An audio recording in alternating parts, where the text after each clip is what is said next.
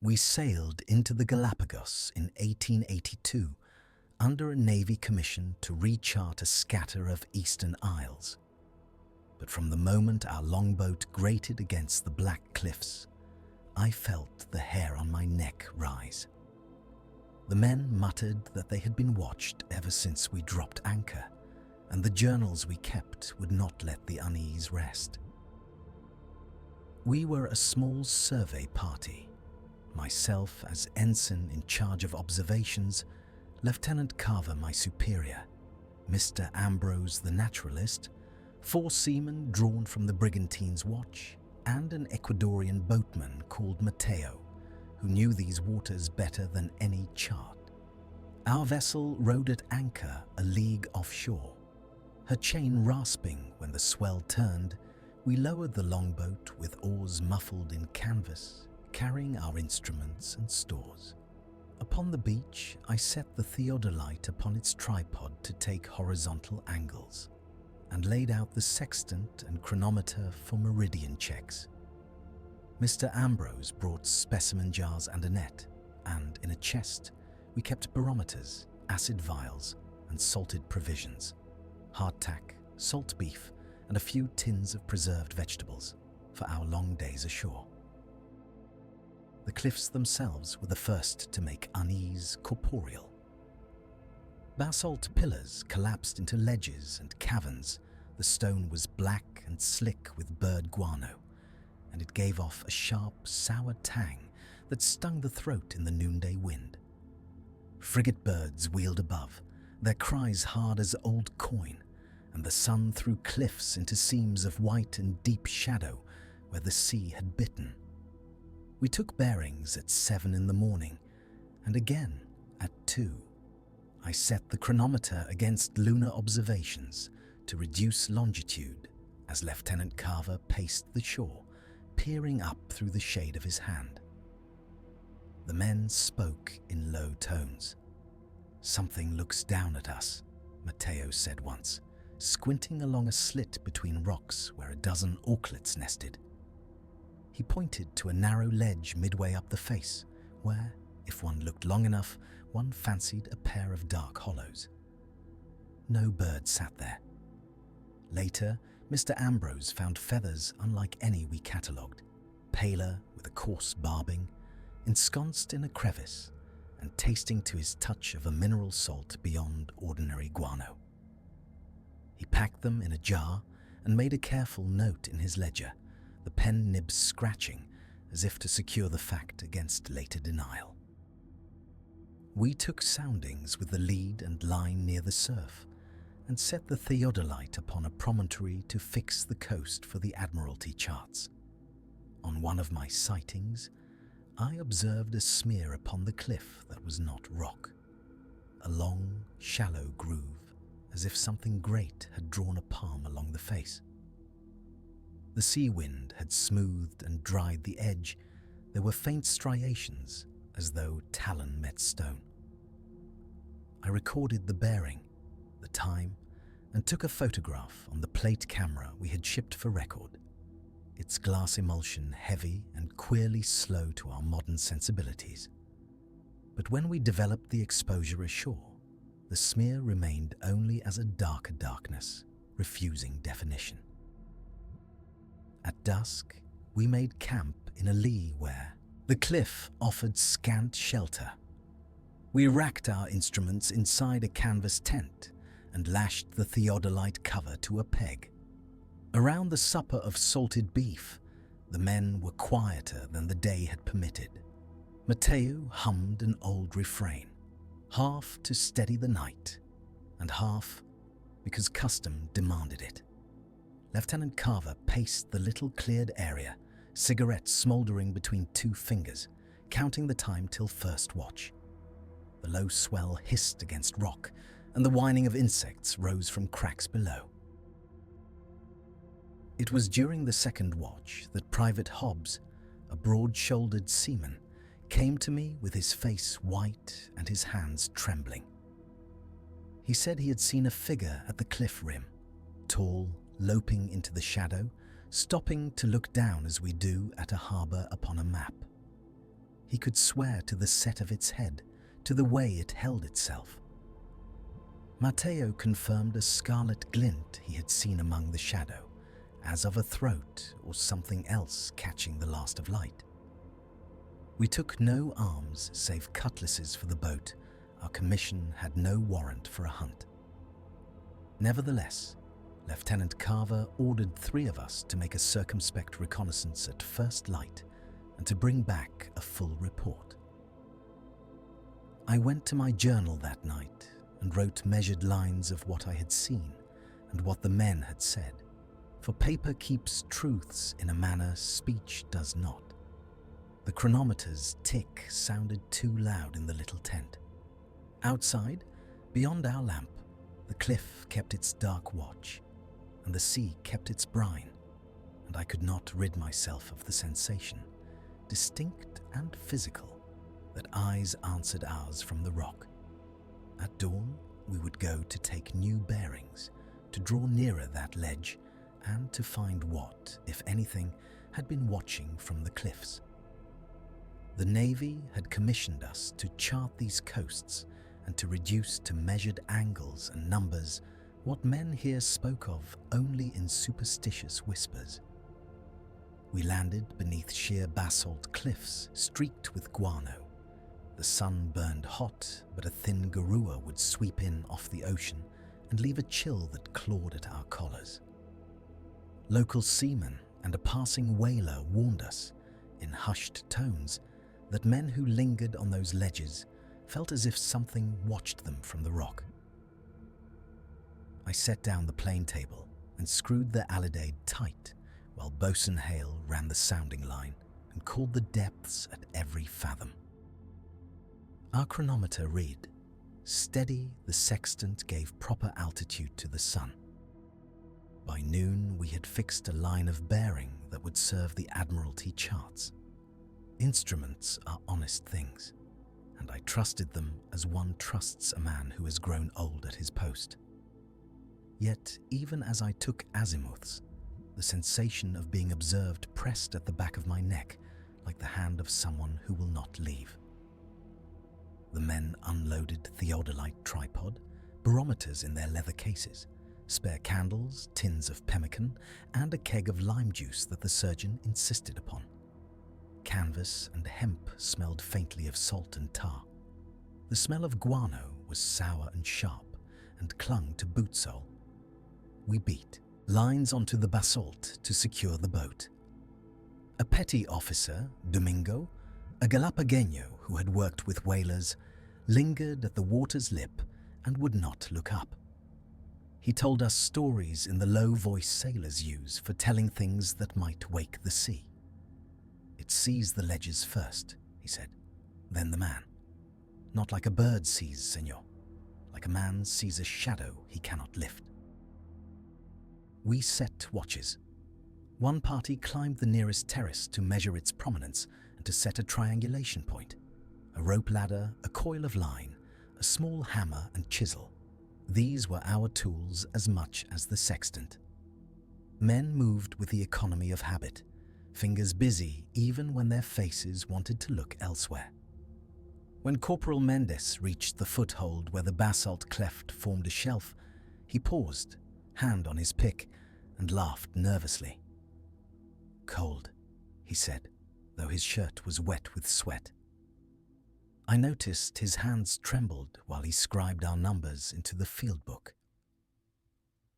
As the sun fell low, the garua thickened and the cliff took on the color of old iron. We lit lanterns, spare oil lamps with chimneys to keep the draught of wind from blowing the flame, so as to read signals back to the cutter. At a little after dusk, I watched a light move along a ledge 100 yards up and to starboard. It was not the steady, predictable hop of a man carrying a lamp. It paused in a seam of rock, then vanished. We trained a ship's lantern. Its beams struck a hollow, and there, crouched in a natural alcove, something unaccountably large lay folded into the basalt. It did not retreat. It did not clamber. It merely stayed and let the light measure it. What I saw could have been a boulder, were it not for the slow roll of shadow that suggested breathing. Its surface caught the oil lamp like mother of pearl in a wash of grey. Domingo muttered and crossed himself. Hale, who had been at sea since he could toddle, paled and checked the lock of his pistol as if to reassure himself that a small piece of ordnance could give meaning to danger. We made no move to fire. Fire would have been an affront to what we did not know, and the sharp report might have driven men to madness more readily than it would drive whatever occupied that place to retreat. Throughout the night, we kept watch in turns, noting the angles and trying to reduce the impression into numbers. Yet every measurement seemed to bring the cliff nearer in thought. In one interval, when I climbed alone to reset a theodolite, I felt the air change, even the garua thinned as if withdrawn. A dry sound, like the rasping of stone against stone, answered my footfalls. I turned something at the edge of the rock skirt, ran a length of ledge, and paused as if to consider my shadow. My lantern shuddered. The hair on my forearm rose. I wrote the observation into my journal with a hand that would not steady. We were charged to chart, to make plain the channels and shoals for ships yet to come. Duty held us. Yet men traded uneasy glances, tightened the knots at their belts, and set an extra oil lamp near the cutter's bow. In the small hours, as the garua began again, I heard silence thicker than the sea, and knew the cliff had not finished with us. At dawn, we would climb higher to place the next signal, and I would take the lead. I could not say whether the instruments would tell us what the cliff guarded, or whether what watched would choose that morning to move. I only knew that when my pen stopped writing the date, the line between chart and tale had been smudged, and the watch upon the rock had become part of our account.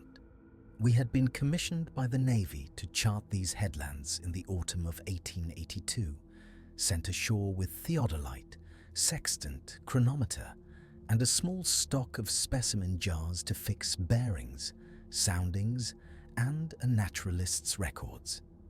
I wrote the noon site with a steady hand, took a note of the bearing of the western rock, and gave the order to set the theodolite upon the promontory. The place was all fine grey ash and black lava, wind like an animal that finds every gap sulphurous tang lay under the salt, and the birds kept a furious council above us. On our second survey day, we found the theodolite's plumb line snapped, as though a curious fist had brushed it. The brass bob lay rolled aside, its thread sheared clean. I set down the instrument and found the chronometer's case gouged at the side, a groove as if by a heavy, blunt force. Mr. Hale, my assistant, swore he had left the timepiece locked in its box within the tent. The box showed no sign of forcible entry. The leather strap that fastened it had been crushed inward. The mechanism still ran, stubborn, though I noted the rate had altered by several seconds since morning. Specimen jars that we had set in the lee of a rocky buttress, shells, insects, a pressed frond for the captain's report, lay overturned. Alcohol had soaked the ash, and a fly, black as a mote, lay suspended in a drop of spirit. The labels were stained and smeared.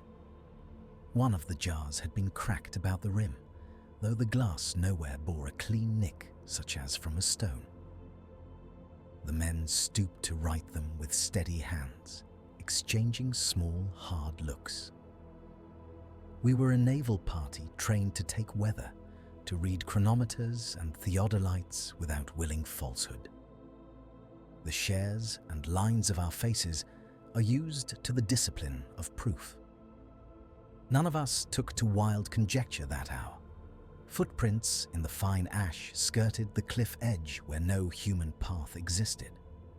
They were not the clear print of booted feet.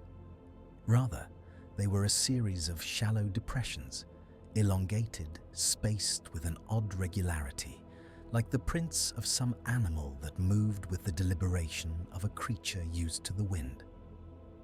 They ran parallel to the headland, and then, as if some invisible thing had changed its mind, they turned inland and vanished toward the ravines. Lieutenant Carr crouched and set the scale rod beside them.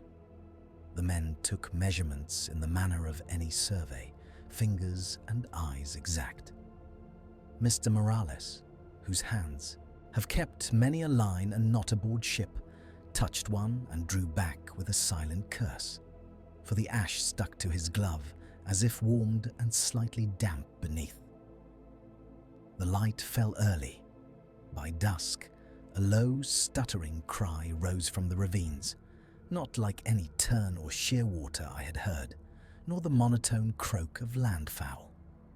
It came in intervals, as a throat clearing itself and then beginning anew, a sound that made the teeth ache. We held our lanterns like shields and cast their circles of light along the rock. The aneroid barometer on the stand registered, with a soft tick that made all of us glance up, a sudden fall. Such a change in pressure should have been minute and gradual. This was abrupt as a broken rigging. The headlands felt, at that instant, stripped of their small protections, the lightness of wool and canvas and the map, the straight line of our measurements, and the wind seemed newly free to reach us. I ordered a watch to be posted and had 2 men secure the theodolite with cord and a brace of felled blocks. We hauled the chronometer under tarpaulin and set it in the captain's small chest. With a book upon it, every jar was corked and wrapped in sailcloth. Still, the footprints haunted the lee of the cliff, as though the edge itself had been watched. At night, the men spoke low. One muttered of saints, another of madmen in the old ports. I instead checked the bearings again by lantern light, took new sights with hands that did not quite keep their steadiness, and copied the record twice. We did not abandon the survey that night. A Navy commission is an order, and duty binds a man as tightly as any rope. Yet I knew, as I lay upon my roll, that our charts would henceforth bear a margin in which lived something unnamed. The next morning, we planned to follow the trail into the ravines, to cross-examine the prints, to sound the hollows where that stuttering call had come. We readied the boat, measured our lines, and counted our cartridges.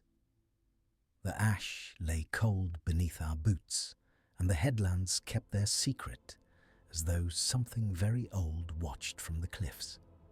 We had been sent by the Admiralty in the summer of 1882 to chart the western approaches and reef lines of Fernandina and Isabella, a survey party of 7. Lieutenant, myself as draftsman and naturalist's assistant, the surveyor with his planetable and glass plate camera, 3 seamen for sounding and rigging, and Mr. Calder, the appointed naturalist, who kept his specimens in spirits and his notebook close to his breast. We worked by sextant, lead line, and compass. Our chronometer was set each evening by the lieutenant against the stars. The work was steady, precise, the habits of men who trust instruments rather than fancy. One afternoon, I climbed to a higher shelf with the naturalist and saw a shape crouched on a pinnacle above the surf, larger than any land iguana, limbs long and folded, hide mottled like lichen and guano, eyes catching the light like wet coal. Mr. Calder had been examining colony of booby nests. I had gone to take bearings for a triangulation when he called me up. The air smelled of salt and old excrement, the basalt slick where wave had beaten for centuries. We had the tide table with us, and a small theodolite the rock made a natural observatory. At first, I thought it some grotesque drift of basalt or an enormous iguana. It remained motionless until I brought my opera glass to my eye. The limbs were too long, the shoulder scapula set at an angle no reptile I knew should admit. It moved without the sound of footfall, a faint shift of shadow, as if the rock itself had sighed. When it shifted, every man in our party felt as if a presence had stepped into their chest. One seaman slipped and twisted an ankle in the scramble down. The scramble down was not theatrical. We descended with studied haste, boots finding purchase on coarse pumice, hands seeking iron spikes and knotted rope. The seaman, Jenkin, cursed softly and sat, winded and holding his ankle while the rest of us peered up. The creature remained on its pinnacle like an idol that had never known worship.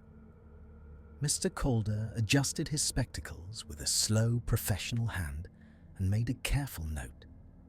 The surveyor, who had the camera, bared his teeth in an affair of habit rather than mirth and fumbled with the plate holder. We dared a single exposure. Wet collodion glass taken hurriedly, the tray of chemicals chilled by the sea wind. But the image, when later developed aboard ship, showed only a smear and the suggestion of a cusp of cliff. We spoke little. The lieutenant ordered precautions, 2 men to hold the signalling flags, 1 to keep the lead line, and another with the pistol and boarding cutlass. Our instruments are instruments because they demand exactitude, yet the assessment of danger is a kind of measurement too, made with the same sober hand. We probed the cove beneath the pinnacle and found traces, scattered droppings darker than the surrounding guano, long scratches on the basalt, a flattened patch of turf where something had lain. No tracks led inland. The cliffs offered fissures and grottos the size of rooms.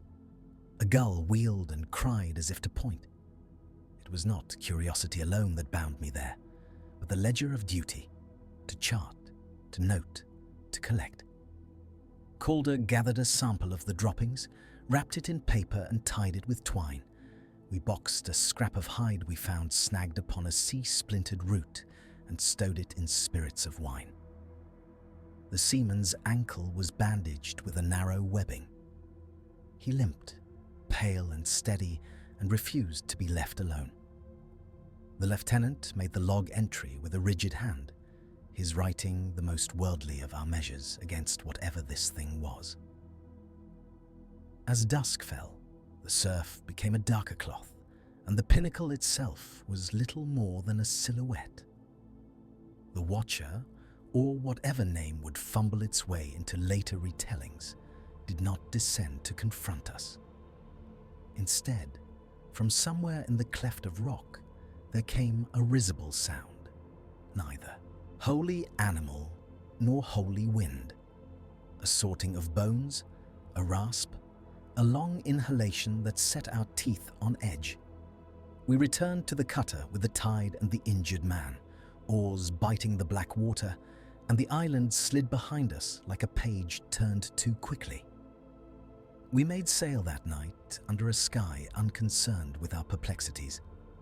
Below deck, the glass plate lay wrapped in linen. Mr. Calder slept fitfully, his hand cramped from his notes. I could not write the lieutenant's log entry without my hand trembling. We resolved to return at first light with greater numbers, and with the sounding line rigged to lower a grapnel for inspection. The chronometer marked the hour as if measuring a promise.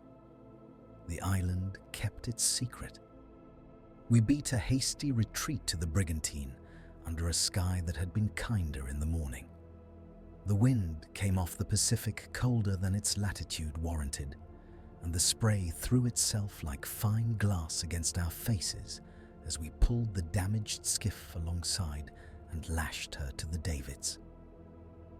Men moved with a quiet that was not their customary cheer hands that had been steady at the lead line trembled as they hauled, and one of the deckhands, Parker, kept his head turned toward the black teeth of the cliffs, as if he expected them to rise and follow. We had come with charts, with instruments and the steady habits of the Navy, a sextant for sunshots, a chronometer wound, and set to Greenwich, a planetable and alidade for triangulation, a coil of lead line for soundings, and an aneroid barometer tucked in oilcloth against the damp. These things sustained us when sight and sense faltered. Still, no instrument took the measure of that watching. The brigantine rode easier once we had a few fathoms under her keel, and the anchor had been let go in deeper water. The naturalist, quiet, ink-stained, his linen shirt dark at the collar from the day's sweat, sat on a coil of rope with paper and pencil and would not be comforted. He had made sketches at my insistence. The cliff line, the perilous ledges, a study of the crevice where we thought we had seen movement. He drew the outline of the watchers as best his hand permitted. Long-limbed shadows perched among the black basalt, heads turned in unison, the suggestion of a wet glint where eyes might have been. His measurements were careful, angles taken with the planetable, rough estimates of height from the blasted shoreline, distances measured by pacing and by the line. He wrapped these sheets in oilcloth and sealed them with wax. Some of the men would not set foot ashore again. That is not to say they were cowards. Several had crossed oceans, fought in squalls, and weathered fever and scurvy. They did not return because returning meant seeing the fishes again, listening for the soft scrape along stone we had heard as tide drew back, and feeling again the pressure at the back of the neck that had nothing to do with wind. One of our boat steerers, a steady fellow named Ruiz, turned the barrel of his pipe into the wind and refused the officer's polite command to set the instrument on the skerry for another shot. He would only say, "It watches while the sea sleeps," and go below to his hammock. We filed the charts in the officer's locker before dark. Each sheet received the customary annotations, depth soundings, the bearing of the headland, the note of guano deposits, a sketch of the current rips. Beside the sounding for the inner cove, I wrote, as plainly as ink permits, that the cliff faces had been watched. The note sat like a small stone among lines of reliable data, azimuths, latitudes, the barometer's fall. I signed and dated the entry, 12th of September 1882, Galapagos. The act of recording felt like both duty and invocation. To place the observation on parchment was to admit it into the map of the world we were commissioned to make. We left no trophies, nothing to mark our passage save the skiff, lashed and battered, and a handful of cut lines where some unseen hand had taken at our grapnels. The brigantine's carpenter made fast the planks and measured the rents. His face, browned and lined from sun, was harder to read than any log he had putty-filled. Below, the naturalist preserved one more thing, a rubbing of a trace found upon a shelf of black stone, two parallel impressions, not of human boot nor known beast. He would later insist upon their measurement and press them between heavy boards. When I last saw his packet, the edges were frayed with handling, and his neat script trembled at the time he wrote his notes. We returned to other ports and other work, yet the habit of glancing seaward persisted. Men who had laughed at my jesting in the first days did not laugh when the brigantine put to sea. They kept their personal gear close, their knives within reach, their lamps burning where once they would have slept in open air. The Navy rewarded our charts with praise for accuracy, and urged more surveys, I took no further commission to that island. The naturalist sent his sketches back to London. They caused discussion in salons and libraries, and in some learned circles were dismissed as misinterpretation of volcanic shadowing. Others, less rash to deny, wrote to inquire, to ask of the tide and the ledges and the sea's peculiar behaviours. When I set down these words, I do so with all the instruments of a mariner at my elbow and the memory of salt and the tug of line at my wrists. We had measured depth and bearing, recorded wind and current, taken naval precautions, and kept our duty. Still, the last entry in my journal, like those of the other surveyors who were present, ended not with coordinates, but with a single, stubborn question. What had watched us from the cliffs, and why did it vanish with the tide?